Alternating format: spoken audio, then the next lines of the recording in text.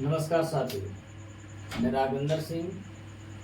आज हम बात करेंगे कक्षा 10 में जो साइंस का एक टॉपिक है जिसका नाम है ओम का नियम। इससे पहले वाली वीडियो में हम बात कर चुके हैं आवेश क्या होता है, उसके साथ साथ विद्युत धारा क्या होती है, वैद्युत विभव क्या होता है, विभवांतर क्या होता है, प्रतिरोध क्या होता है और विशिष्ट प्रतिरोध क्या होता है। इन सब के बारे में हम पढ़ चुके हैं। तो उसी का ये अगला टॉपिक है जिसका नाम है ओम का नियम। यहाँ पर हम सीखेंगे आखिरकार ओम का नियम क्या है, साथ साथ प्रतिरोधों का संयोजन भी पढ़ेंगे कि प्रतिरोधों का संयोजन हम किस प्रकार से करेंगे देखेंगे। अगर हम बात करें ओम के नियम की, तो ओम के नियम में ओम नाम के वैज्ञानिक ने ये बताया है कि अगर कोई भी चालक है, उस चालक के सिरों पर अगर विभवांतर V है तो उसमें बहने वाली जो धारा है वो उस विभवांतर के या विभव के कैसी होती है, समानुपाती होती है, समानुपाती होती है या अनुक्रमानुपाती होती है, जिसे हम ओम का नियम कहते हैं। देखेंगे तो अगर हम परिभाषा की बात करें तो नीचे हम लिख सकते हैं क्या, इस नियमानुसार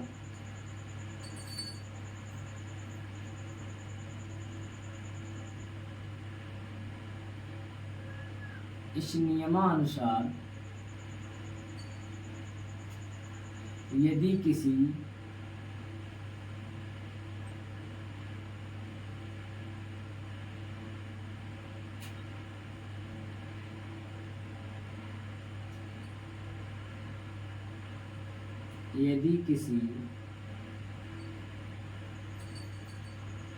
चालक का क्या होना चाहिए, ताप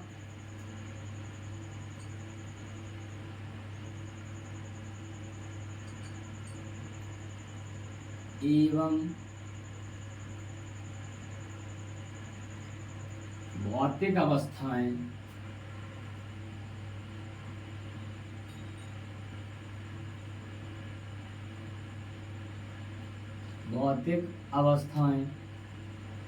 जैसे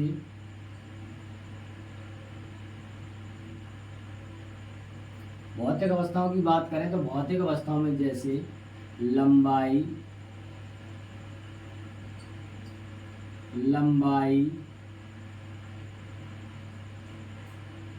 क्षेत्रफल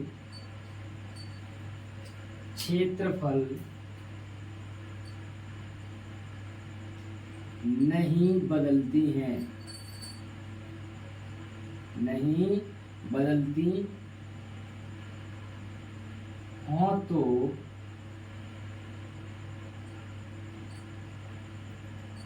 उसके सिरों पर लगाया गया विभवांतर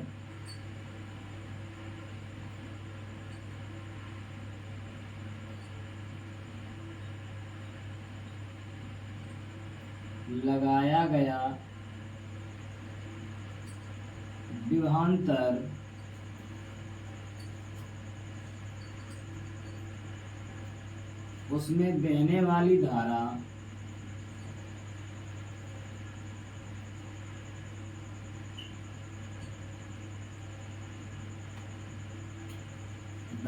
के क्या होता है, समानुपाती होता है। क्या होता है, समानुपाती होता है। ये है ओम का नियम। उन्होंने ही बताया है अगर कोई चालक है, उस चालक में ताप ना बदला जाए, उसकी भौतिक अवस्थाएं ना बदला जाए, जैसे क्षेत्रफल है, लंबाई है, तो ये चीजें न बदली जाए, तो उसकी कंडीशन में अगर उसके सिरों के बीच में अगर विभवांतर लगाया जाएगा तो उसमें अगर धारा जो उत्पन्न होगी तो उसमें बहने वाली जो धारा है वो इसके समानुपाती होती है। कैसी होती है, समानुपाती होती है। तो हम लिख सकते हैं नीचे एक्स का फॉर्मूला बनाएंगे क्या, तो फॉर्मूला क्या हो जाएगा, जो विभवांतर क्या है V, मेरे पास में विभवांतर क्या होता है V, कह सकते हैं विभवांतर, जो विभवांतर है विभवांतर क्या हो जाएगा, बी समानुपाती किसके होगा, धारा के, समानुपाती किसके होगा, धारा के। अब देखेंगे इसके बाद में इसको लिख सकते हैं बी समानुपाती आई, तो हम क्या करेंगे, या अनुक्रमानुपाती आई कैसे होगी, तो यहाँ पर क्या होगा, इसको बी और अनुक्रमानुपाती हटाएंगे तो यहाँ पर हो जाएगा आर आई, क्या हो जाएगा, आर आई हो जाएगा। जहाँ पर आर क्या है, एक नियतांक है, आर क्या है, नियतांक है, आई क्या है, धारा है, और वी क्या है, वी मेरे पास में क्या है, विद्युत विभवांतर है, कह सकते हैं ये मेरे पास में विद्युत विभवांतर है।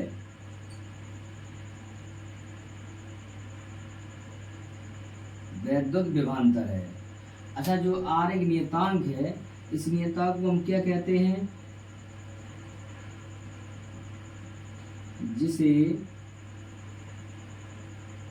चालक का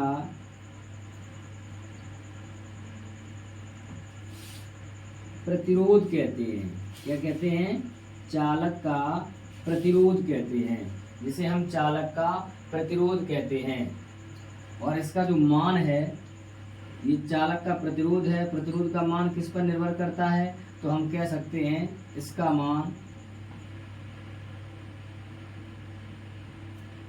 मान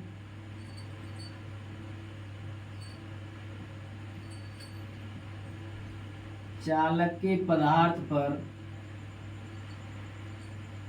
ताप, क्षेत्रफल पर निर्भर करता है।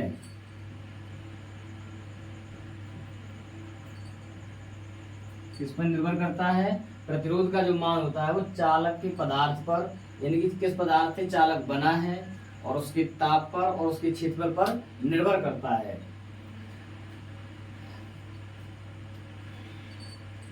एक बार फिर देखेंगे, ओम नाम के वैज्ञानिक ने एक बात बताई कि अगर कोई चालक है, उसमें ताप और उसकी भौतिक अवस्थाओं में अगर कोई परिवर्तन नहीं हो रहा है, तो ऐसी कंडीशन में उसके सिरों पर लगाया गया जो विभवांतर है और उसमें बहने वाली जो धारा है उसके समानुपाती होता है। तो यहाँ पर हमने देखा क्या कि जो विभवांतर है वो समानुपाती धारा की है, तो यहाँ पर V समानुपाती I हो जाएगा और V बराबर आई आर हो जाएगा, या आर आई हो जाएगा, जहाँ आर क्या है, एक नियतांक है। जो नियतांक तो है इसे हम क्या कहते हैं, जिसे चालक का हम प्रतिरोध कहते हैं। अच्छा, ये प्रतिरोध किस पर निर्भर करता है, तो प्रतिरोध जो है क्या कहते हैं, जिसका मान चालक के पदार्थ पर या क्षेत्रफल या ताप पर निर्भर करता है। V क्या है, विभवांतर है, और I क्या है, धारा है। यहाँ से एक फॉर्मूला और हम बना सकते हैं, क्या, यहाँ से हम बना सकते हैं R बराबर V अपॉन में I हो जाएगा। क्या हो जाएगा, R बराबर V अपॉन में I हो जाएगा। या फिर अगला फॉर्मूला बना सकते हैं, क्या, I बराबर वहाँ पर हो जाएगा V अपॉन में R हो जाएगा, V अपॉन में R भी हो जाएगा। इस तरीके से आइए अब अगले टॉपिक को देखते हैं, जिसका नाम है प्रतिरोधों का संयोजन। आप स्क्रीनशॉट लेंगे तब तक।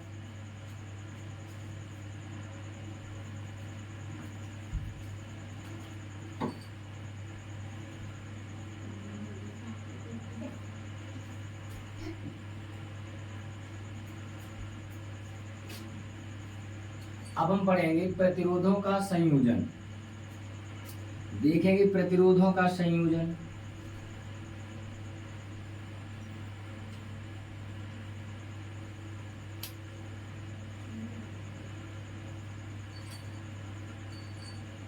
अगला टॉपिक आता है प्रतिरोधों का संयोजन।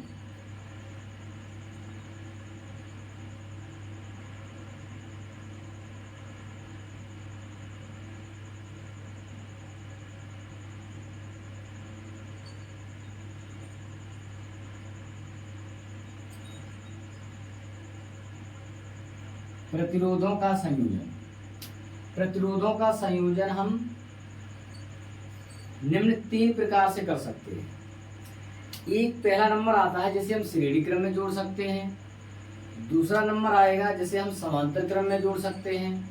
तीसरा नंबर आएगा जिन्हें हम मिश्रित क्रम में, कहने का मतलब श्रेणी और समांतर दोनों को हम एक साथ जोड़ सकते हैं। इससे संबंधित परीक्षा में क्वेश्चन भी पूछे जाते हैं, देखेंगे। पहले हम इसको फॉर्मूला निकालेंगे इसका। तो हम पहला नंबर पढ़ रहे हैं जिसका नाम है श्रेणी क्रम। तो हम श्रेणी क्रम में इनका संयोजन करेंगे। श्रेणी क्रम में संयोजन, संयोजन मतलब जोड़ना। हम प्रतिरोधों को श्रेणी क्रम में जोड़ेंगे। श्रेणी क्रम में कैसे जोड़ेंगे? माना हमने 3 प्रतिरोध लिए हैं। एक प्रतिरोध हमने ये ले लिया है, दूसरा प्रतिरोध मेरे पास में ये है, और तीसरा प्रतिरोध मेरे पास में ये है।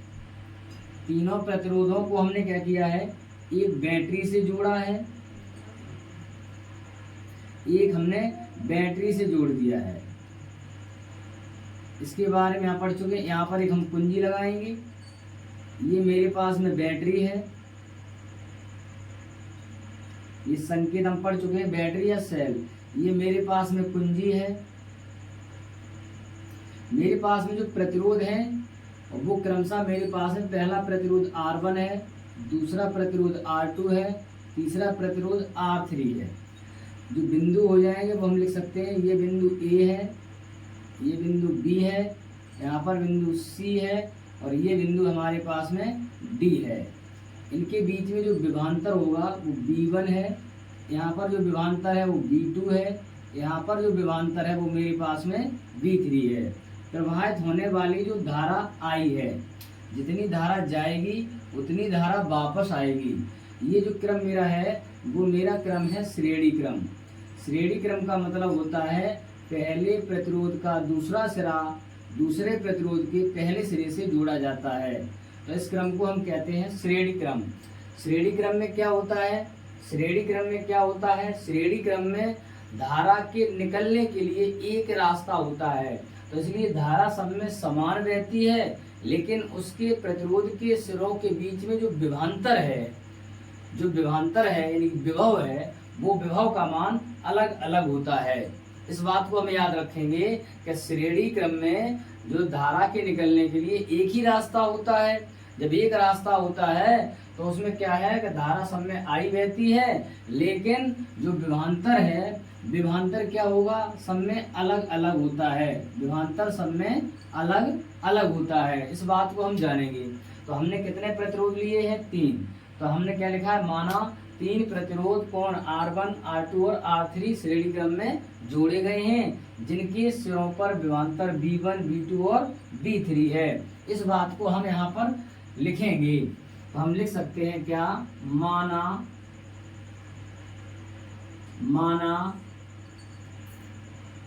3 प्रतिरोध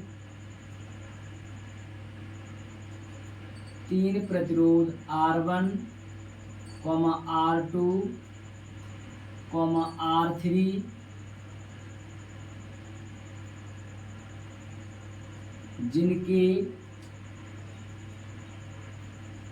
जिनके सिरों पर क्या है? विभवांतर क्रमशः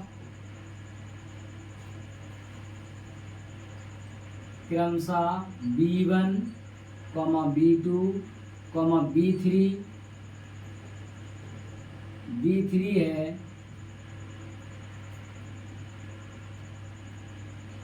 जिनको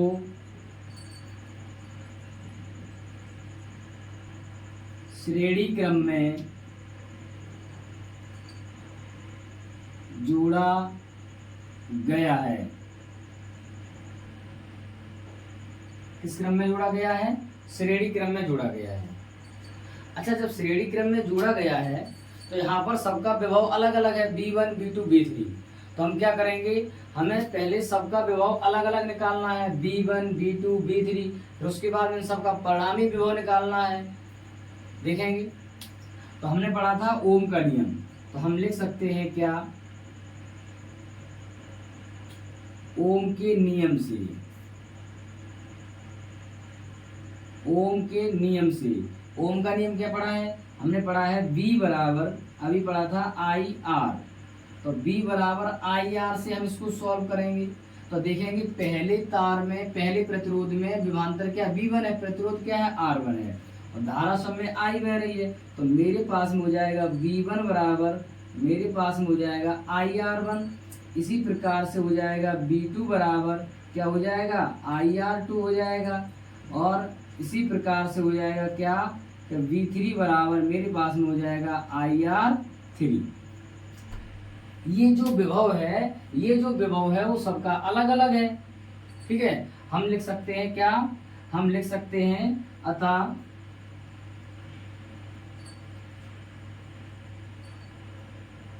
कुल विभव,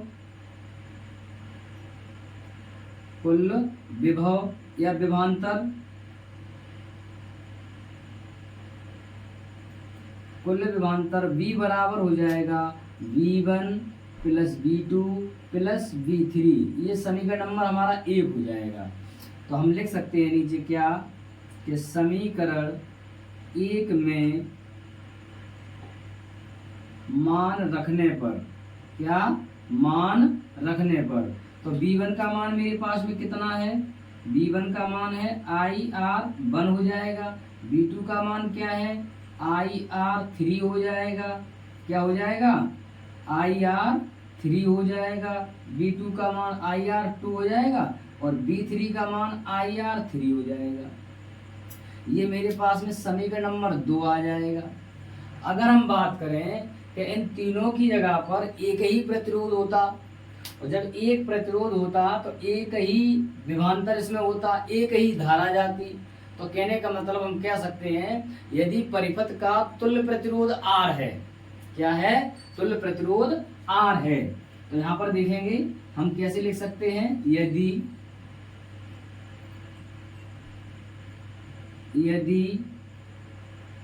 परिपथ का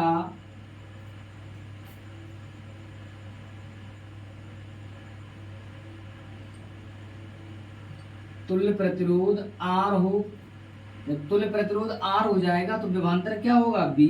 तो हमें पता चल जाएगा B बराबर क्या होगा, IR होगा। जब IR होगा तो इसको हम कहाँ रख देंगे, समीकरण नंबर 2 में, समीकरण नंबर 2 में देखेंगे। तो यहाँ पर हम क्या करेंगे, V का मान रख देंगे, यहाँ पर हम V का मान रख देंगे। तो V का मान रख देंगे तो मेरे पास में क्या हो जाएगा, IR बराबर हो जाएगा IR1 प्लस हो जाएगा IR2 प्लस हो जाएगा IR3। एक काम करेंगे हम, IR बराबर यहाँ पर क्या करेंगे हम, R1 प्लस कर देंगे R2 और प्लस कर देंगे R3। I से I क्रॉस कर देंगे तो मेरे पास में R1 प्लस के R2 प्लस के R3। इस तरीके से हमारा मुबारक हो क्या, कि श्रेणी क्रम में प्रतिरोधों के संयोजन का फॉर्मूला निकल के आया है। क्या, R बराबर R1 plus R2 plus R3 होता है। कहने का मतलब कि अगर हमें प्रतिरोधों को श्रेणी क्रम में जोड़ा जाए और हमसे पूछा जाए कि इसका तुल्य प्रतिरोध ज्ञात कीजिए, तो हम उनको क्या करेंगे, सभी प्रतिरोधों को जोड़ देंगे। क्या कर देंगे, जोड़ देंगे, और इसका जो तुल्य प्रतिरोध निकल के आता है वो इस श्रेणी क्रम में जोड़े गए सबसे बड़े प्रतिरोध से भी उसका मान अधिक होता है। अगर आपसे पूछ रहा है कि 3 प्रतिरोध है, हमने एक साथ जोड़ दिए हैं और हमें इनका उच्च प्रतिरोध चाहिए, तुल्य प्रतिरोध उच्च चाहिए, तो उसके लिए हम किस क्रम में जोड़ें, तो इस तरीके से हम उन्हें श्रेणी क्रम में जोड़ेंगे। अगर हमें उच्च प्रतिरोध की आवश्यकता है तो हम उसको श्रेणी क्रम में जोड़ते हैं। श्रेणी क्रम की खास बात यह है, क्या खास बात यह है कि अगर प्रतिरोधों का हमें उच्च प्रतिरोध चाहिए, तुल्य प्रतिरोध उच्च चाहिए, तो उसे हम क्या कर देंगे, श्रेणी क्रम में जोड़ देंगे। अगर मेरे पास परिपथ में प्रतिरोध की संख्या n है तो हम लिख सकते हैं क्या, यदि परिपथ में प्रतिरोध n हो तो फॉर्मूला हो जाएगा R बराबर R1 plus R2 plus R3 और डॉट डॉट हो जाएगा Rn। तो ये भी फॉर्मूला हो जाएगा। ये जरूरी नहीं कि हमारे परिपथ में 3 ही प्रतिरोध हो सकते हैं, 3 से ज़्यादा भी हो सकते हैं और 3 से कम भी हो सकते हैं। तो आशा करते हैं आपको ये टॉपिक समझ में आया होगा। अब हम अगले टॉपिक की बात कर रहे हैं जिसका नाम है प्रतिरोधों का संयोजन समांतर क्रम में। आप नोट करेंगे तब तक।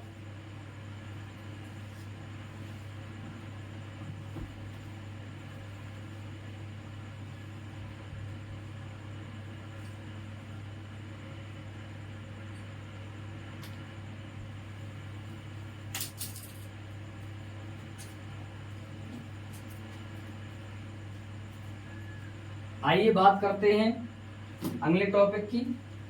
अगर हमें प्रतिरोधों को समांतर क्रम में जोड़ा जाए, जब समांतर क्रम में जोड़ा जाएगा तो उसको हम कैसे सॉल्व करेंगे और इनसे संबंधित जितने भी क्वेश्चन हैं क्वेश्चन को भी सॉल्व करेंगे, देखेंगे। हमारा दूसरा क्रम आता है जिसका नाम है समांतर क्रम में संयोजन। अब हम बात करेंगे समांतर क्रम में संयोजन।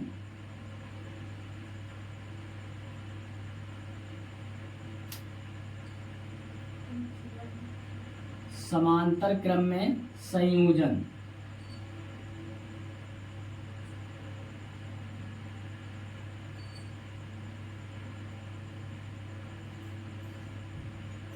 समांतर क्रम में होगा क्या? समांतर क्रम का मतलब है कि माना कि मेरे पास में 3 प्रतिरोध हैं। एक प्रतिरोध है R1, दूसरा प्रतिरोध है R2 और तीसरा प्रतिरोध है R3। पहला प्रतिरोध R1 है, दूसरा प्रतिरोध R2 है, तीसरा प्रतिरोध है R3।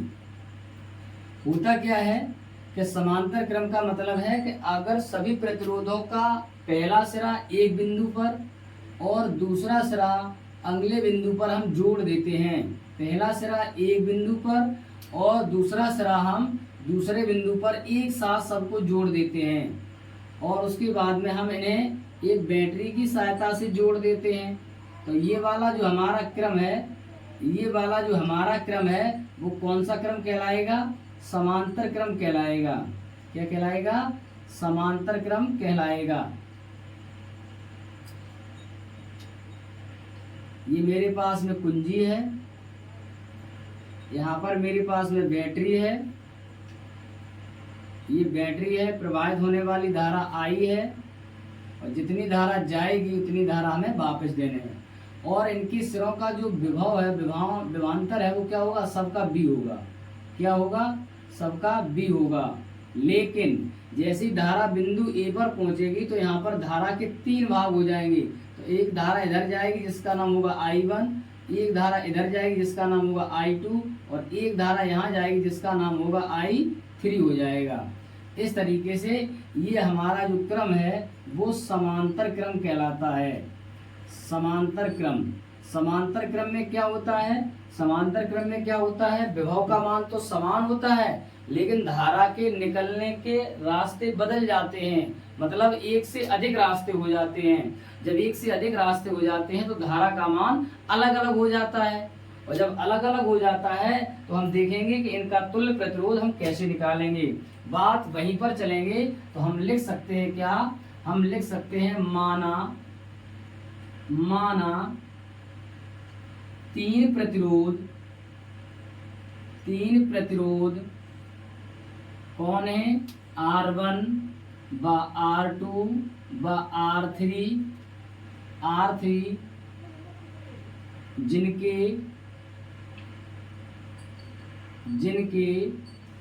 सिरों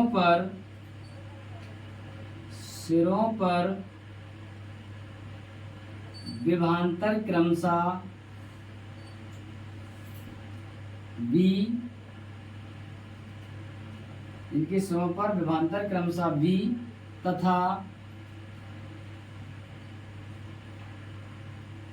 प्रवाहित धारा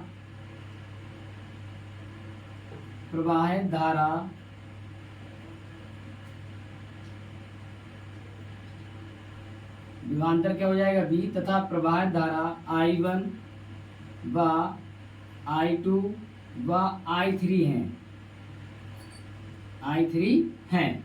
अब देखेंगे तो बात वहीं पर चल शुरू होगी, कहाँ से? ओम के नियम से। तो हम लिख देंगे ओम के नियम से। ओम के नियम में हमने एक फॉर्मूला पढ़ा था, जब हमें I का मान पता करना है तो फॉर्मूला हो जाएगा V अपॉन में क्या हो जाएगा? R हो जाएगा। यहाँ से देखेंगे अब हमें क्या निकालना है, इस तीनों प्रतिरोधों में धारा जो क्रमशः है I1, I2 और I3, इन I1, I2 और I3 के मान निकालने हैं। तो अगर हम निकालेंगे I1 बराबर, तो देखो विभव तो V है लेकिन प्रतिरोध मेरे पास में क्या है? R1। I1 के लिए विभव V है, प्रतिरोध क्या है? R1। इसी प्रकार से अगर हम बात करें I2 की, तो विभव तो V हो जाएगा लेकिन प्रतिरोध हो जाएगा R2 हो जाएगा। अगर हम बात करें I3 की, तो विभव तो V है लेकिन प्रतिरोध हो जाएगा R3 हो जाएगा। अब हम बात करें तो हम लिख सकते हैं अतः तुल्य धारा या कुल धारा क्या हो जाएगी? तो हम लिख सकते हैं कुल धारा को जोड़ेंगे तो हो जाएगा I बराबर क्या हो जाएगा? I1 प्लस के I2 प्लस के हो जाएगा I3। ये समीकरण नंबर 1 हो जाएगा। यहाँ से हम I1, I2, I3 के मान रख देंगे। तो यहाँ पर हम क्या लिखेंगे? क्या हम लिखेंगे? क्या समीकरण 1 में I1 व I2 और I3 के मान रखने पर क्या रख देंगे? मान रख देंगे। तो मेरे पास में क्या हो जाएगा? I बराबर यहाँ हो जाएगा B अपॉन में क्या हो जाएगा? R1, यहाँ पर हो जाएगा B अपॉन R2 और यहाँ हो जाएगा B अपॉन में R3। ये मेरे समीकरण नंबर 2 हो जाएगा।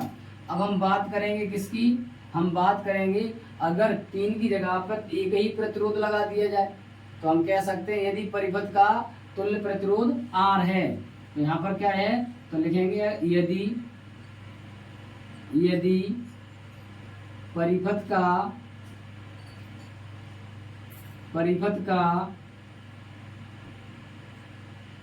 तुल्य प्रतिरोध R हो तो फॉर्मूला क्या हो जाएगा? I बराबर हो जाएगा B अपॉन में R हो जाएगा। अब इसका I का मान समीकरण 2 में रख देंगे। तो हम लिखेंगे क्या? समीकरण 2 से तो I का मान रखेंगे तो B अपॉन में क्या हो जाएगा? R हो जाएगा। उसके फिर क्या है? B अपॉन में R1 है, B अपॉन में R2 है और B अपॉन में R3 है। तो यहाँ पर क्या हो जाएगा? हम B कॉमन ले लेंगे तो मेरे पास में क्या हो जाएगा? B अगर हम कॉमन लेंगे तो मेरे पास में हो जाएगा B जब बाहर चला जाएगा तो क्या बचेगा? 1 अपॉन के R1 बचेगा और 1 अपॉन R2 बचेगा और 1 अपॉन क्या बचेगा? R3 बच जाएगा। क्या बच जाएगा? R3 हो जाएगा। B से भी हमारा डिवाइड हो जाएगा, कट जाएगा। तो यहाँ पर क्या बचेगा? 1 अपॉन में क्या हो जाएगा? R बराबर यहाँ पर हो जाएगा 1 अपॉन R2, यहाँ पर हो जाएगा 1 अपॉन R3, यहाँ पर हो जाएगा 1 अपॉन R2 हो जाएगा, यहाँ पर हो जाएगा 1 अपॉन R3 हो जाएगा। इस तरीके से हमारा फॉर्मूला निकल के आया है। जब प्रतिरोधों को हम किसमें जोड़ेंगे? जब प्रतिरोधों को हम किसमें जोड़ेंगे? सिर्फ समांतर क्रम में जोड़ेंगे, समांतर क्रम में जोड़ेंगे। तो हमारा फॉर्मूला क्या हो जाएगा? 1 अपॉन R बराबर 1 अपॉन R1 प्लस के 1 अपॉन R2 1 अपॉन R3। कहने का मतलब ऐसी कंडीशन में अगर हमारे परिपथ में जो सबसे छोटा प्रतिरोध है इसका मान उससे भी कम निकल के आएगा। तो जब हमें निम्नतम मान ज्ञात करना होता है, तब हम प्रतिरोधों को किस क्रम में? समांतर क्रम में जोड़ते हैं। अब बात आती है अगर परिपथ में n प्रतिरोध है तो हम कह सकते हैं यदि परिपथ में n प्रतिरोध हों, अगर n प्रतिरोध हों तो फॉर्मूला हो जाएगा 1 अपॉन R बराबर 1 upon R1 plus 1 upon R2 plus 1 upon R3 dot 1 upon हो जाएगा Rn। हमारा ये फॉर्मूला हो जाएगा।